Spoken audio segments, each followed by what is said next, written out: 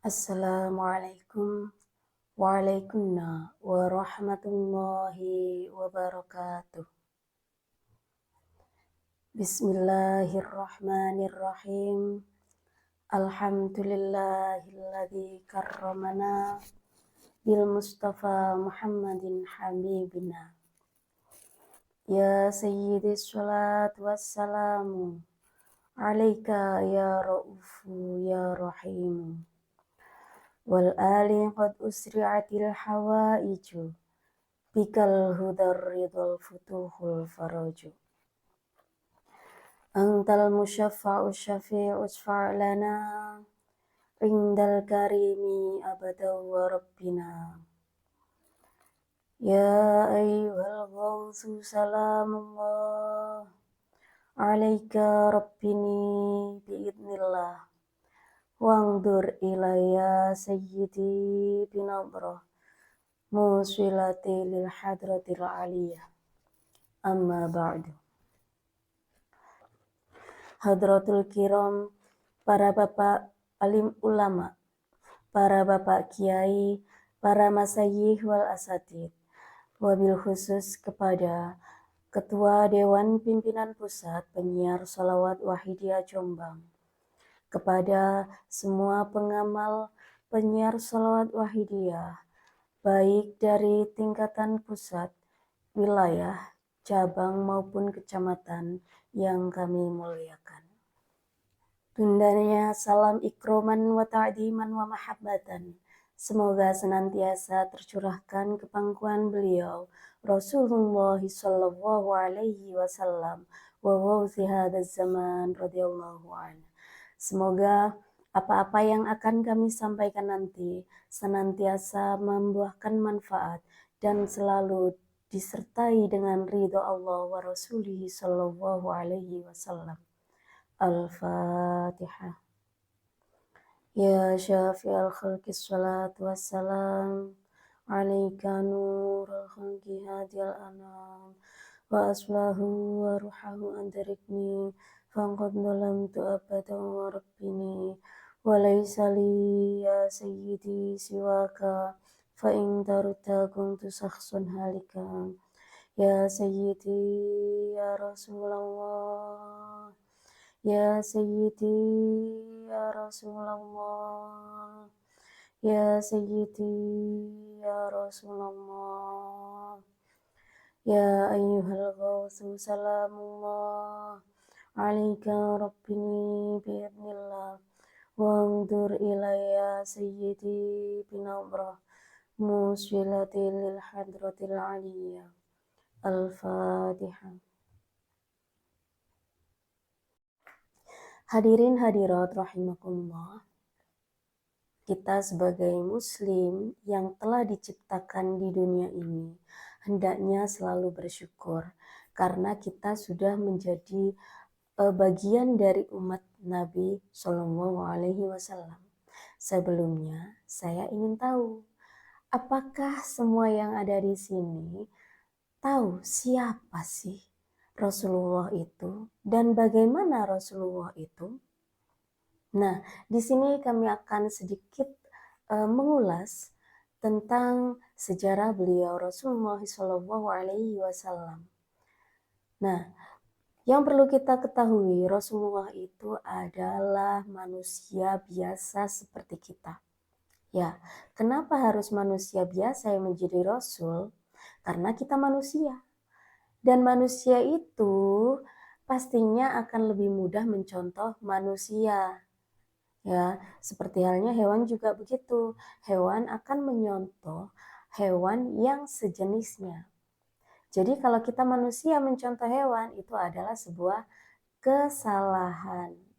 Nah, kita sebagai manusia hendaknya mencontoh manusia yang menjadi teladan kita semua. Siapakah itu? Ya, Nabi besar Muhammad Shallallahu Alaihi Wasallam. Sebab itulah Allah mengutus Rasulnya, Allah memilih Rasulullah Shallallahu Alaihi Wasallam dari kalangan manusia seperti kita. Supaya apa? Supaya kita bisa lebih mudah mencontoh dan meneladani sifat-sifat beliau Rasulullah. Nah, kita sebagai wanita Wahidiyah jangan sampai keliru, jangan sampai kita nanti salah paham dan salah arahan.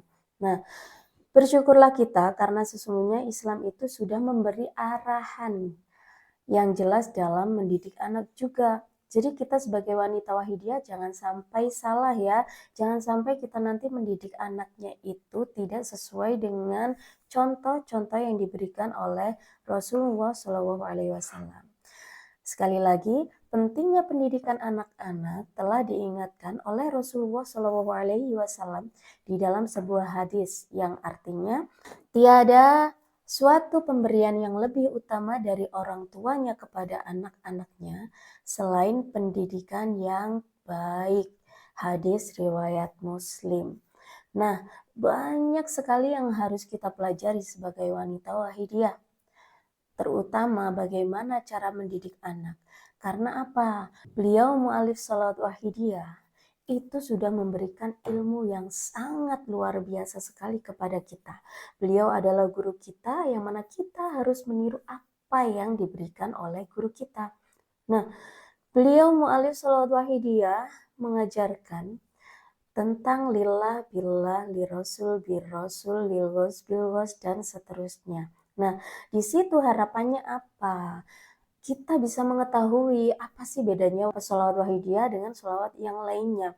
Jadi kalau sholawat yang lainnya itu ada yang sifatnya menghibur, ada juga yang sifatnya benar-benar untuk mendekatkan diri, ada pula yang sholawat itu ada untuk bersenang-senang, ada.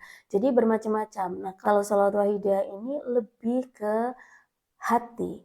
Jadi beliau melalui sholawat Wahidiyah menciptakan sholawat Wahidiyah ini untuk kita agar kita senantiasa memperbaiki apa yang ada di dalam hati kita. Hati itu ibaratkan kaca.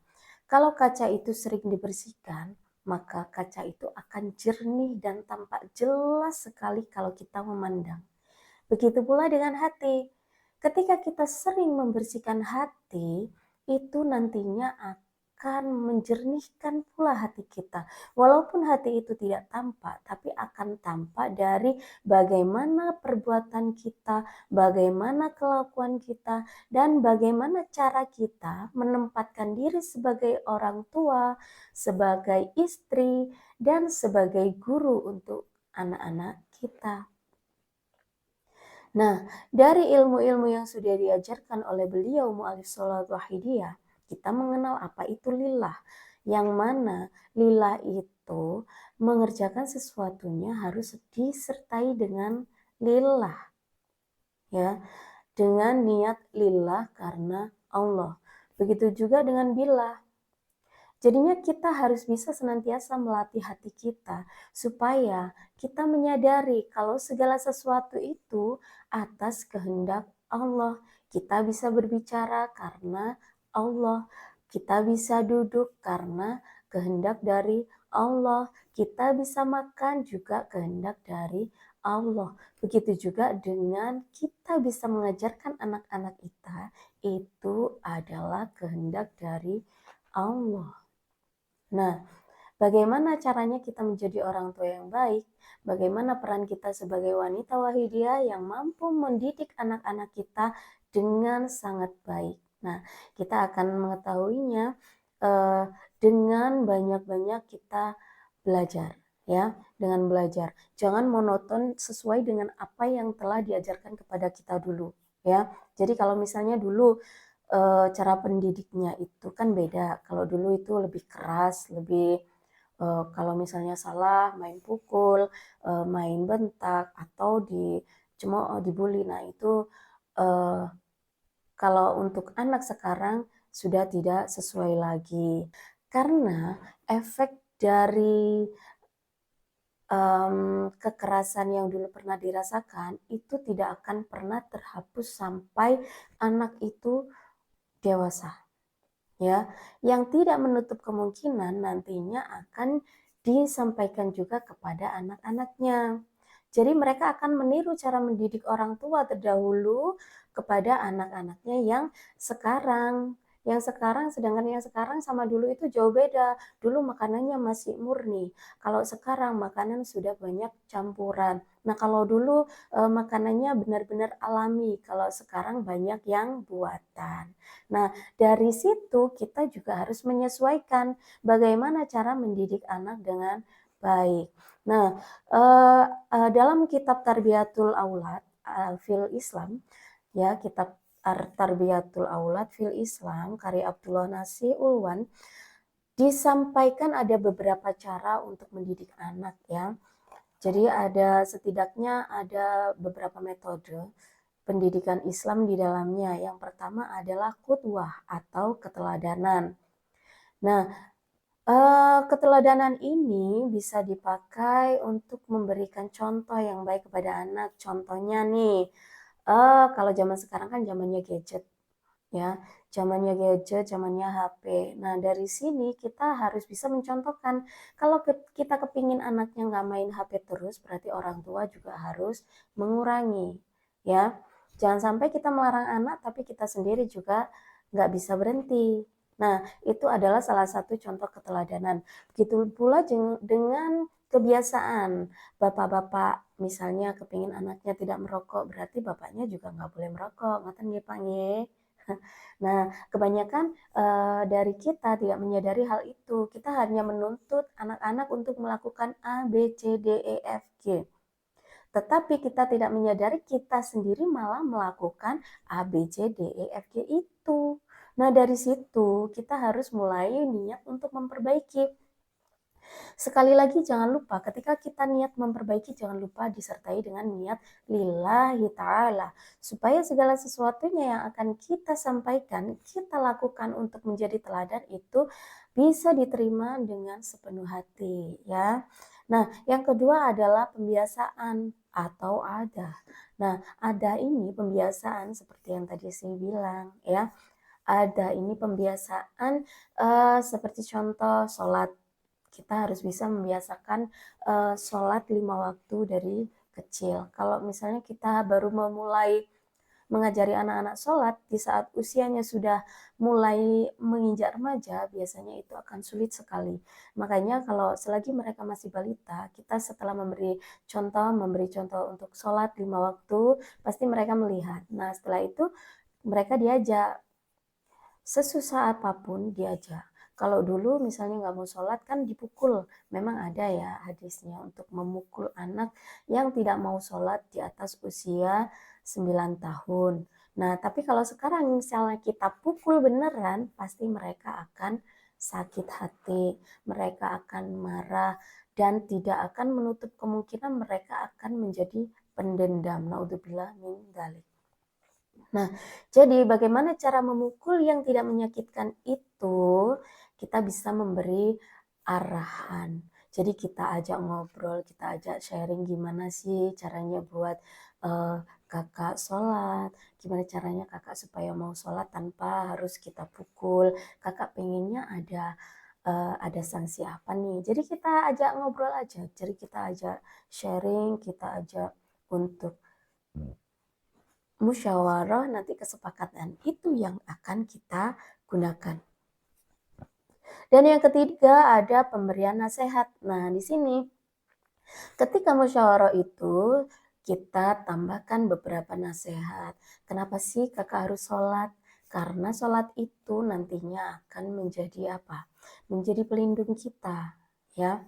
Jadi sholat itu memang sebuah kewajiban yang tidak bisa ditinggalkan. Bagaimana manfaat sholat itu? Tolong dijelaskan.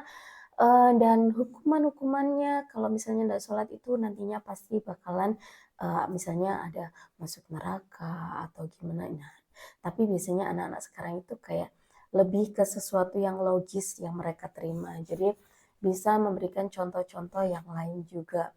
Nah, kemudian setelah kita memberikan nasihat, kalau misalnya itu masih belum mempan, baru kita kasih mekanisme kontrol atau mulahado, ya.